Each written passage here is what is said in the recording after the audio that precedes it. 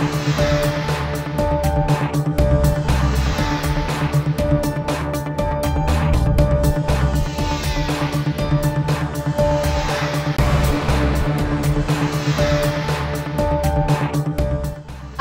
alaikum. Welcome to the second part of a series of debates on Afghanistan and Pakistan relations. We will be connecting live to Kabul in just a few minutes.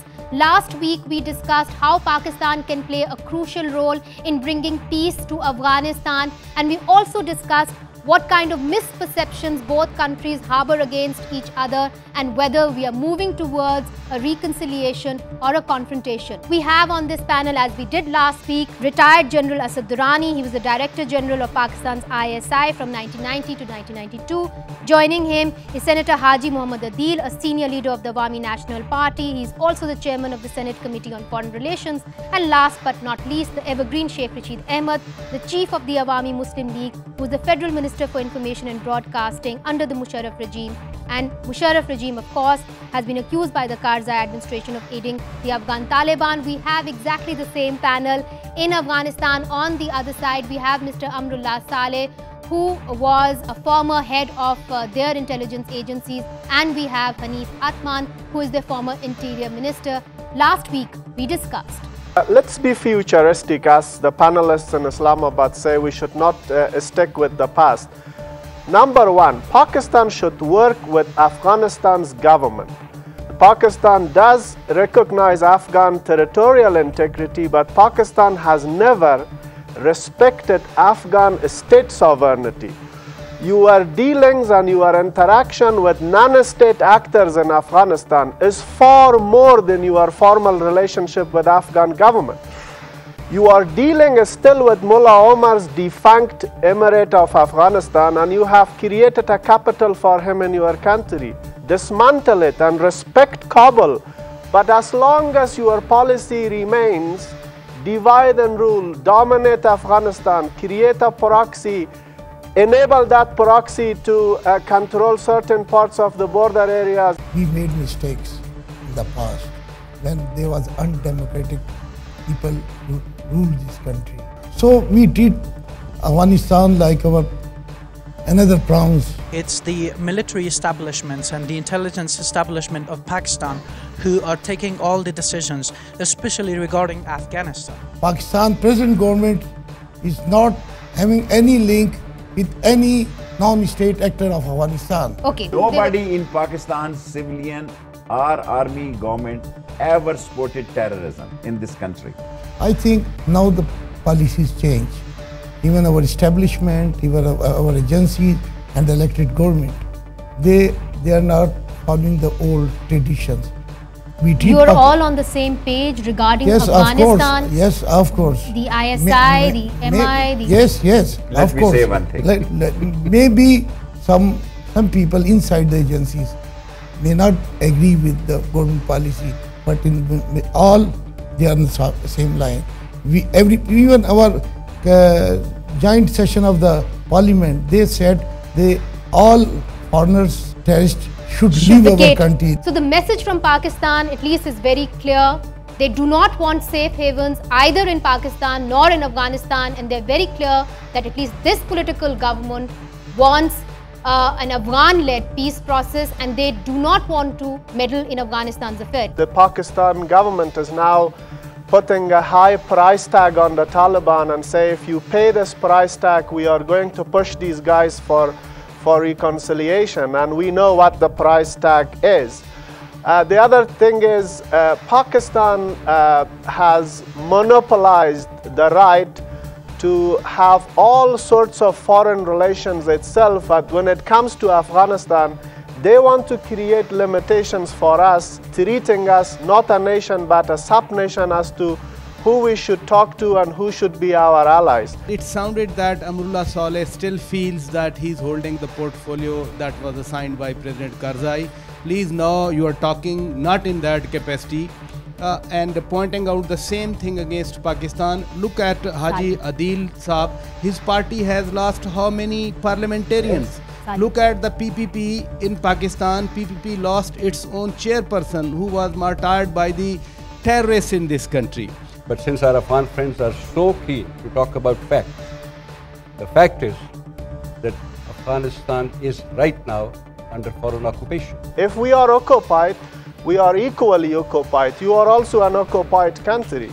If this is said in order to justify continuation of terrorism against either Afghanistan or Pakistan, this is certainly unhelpful. And we know what you were doing with the Indian when you are going to did something which I don't want to discuss it here. Balochistan. But in Balochistan, right. in border of that, we want to support Afghanis are our brother. We love Afghanistan. We don't want to dominate Afghanistan. You see, they are safe havens of the Taliban and Al-Qaeda in Pakistan, and even some safe havens are Pakistani Taliban in Afghanistan. You're referring to Mullah Fazlullah? Of course. So I think we'll ask our unwanted guests, please leave our country. It's not just about Quetta, it's not just about Karachi, it is also about North Waziristan. Are we ready to take such action? But at the same time, I must reiterate, the Afghan people have extended a hand for peace and reconciliation.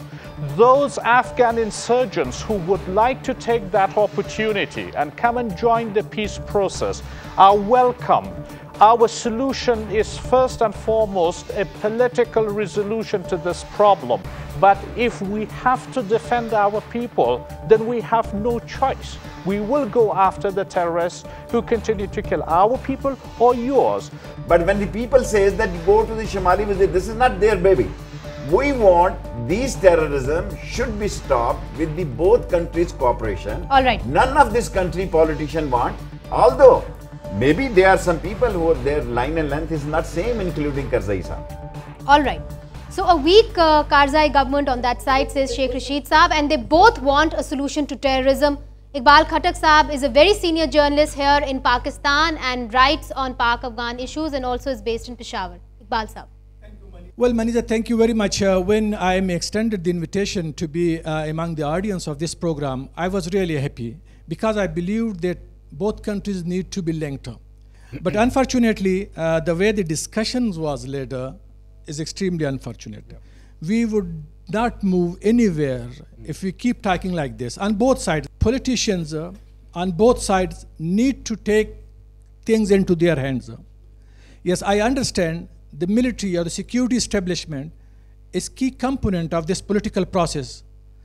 But I think the way on both sides, the security establishments and the military are trying to influence the politicians, I think we will lead to nowhere.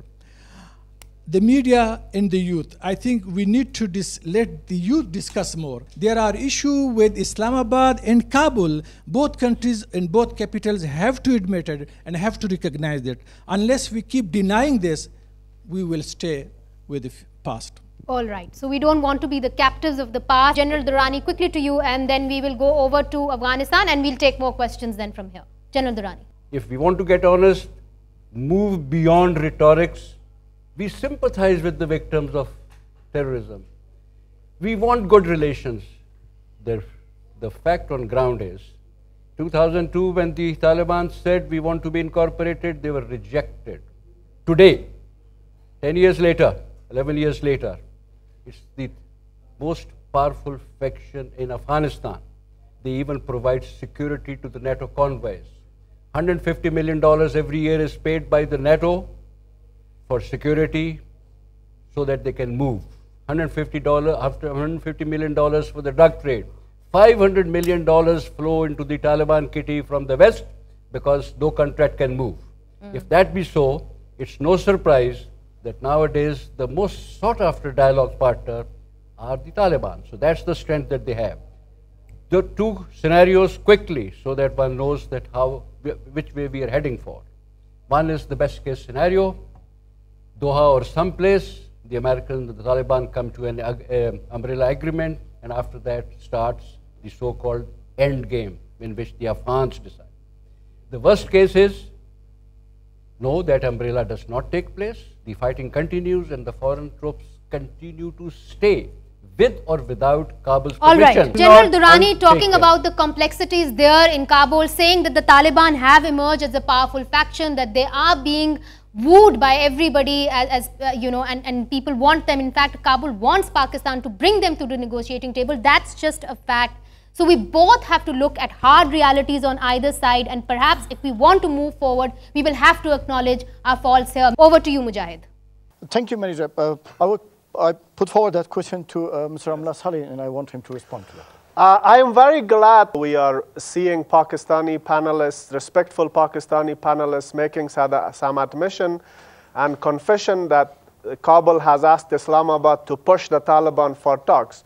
You are clearly confessing that the Taliban is your proxy. You are saying that they have become a formidable military force. A formidable military force, General Durrani Sahib, as a military general, knows has to have a strategic backing. They have to have access to infrastructure, and we think, well, we have information Pakistan has served as that strategic backup for the Taliban. Now, what should be the end game?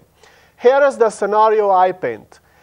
If Pakistan, unfortunately, sees the end game through the prism of Taliban, through empowerment of Taliban, or creating a space for them in Afghanistan, it will be a messy and it will be a chaotic end game, not only for us, it will also be a bad scenario for you. But if there is another scenario where for one time in your history, you do not trust a militant group, you trust the Afghan nation, and you trust our political will, give the idea of dominating Afghanistan and work with us as a country. In that scenario, Pakistan will also emerge as a hub for energy, as an integrator of regional cooperation, and Afghanistan will be very happy and we will also prosper. So when you throw the ball in our court and say, Kabul is key to determining the future of the country, you are right to some extent, but the other part of that scenario is completely depending on you, whether Pakistan gives up its militaristic strategy in the region and adopts a new strategy which is based on economic cooperation. We are not seeing the signs of the second strategy. The basics still show you are stuck with your old strategy.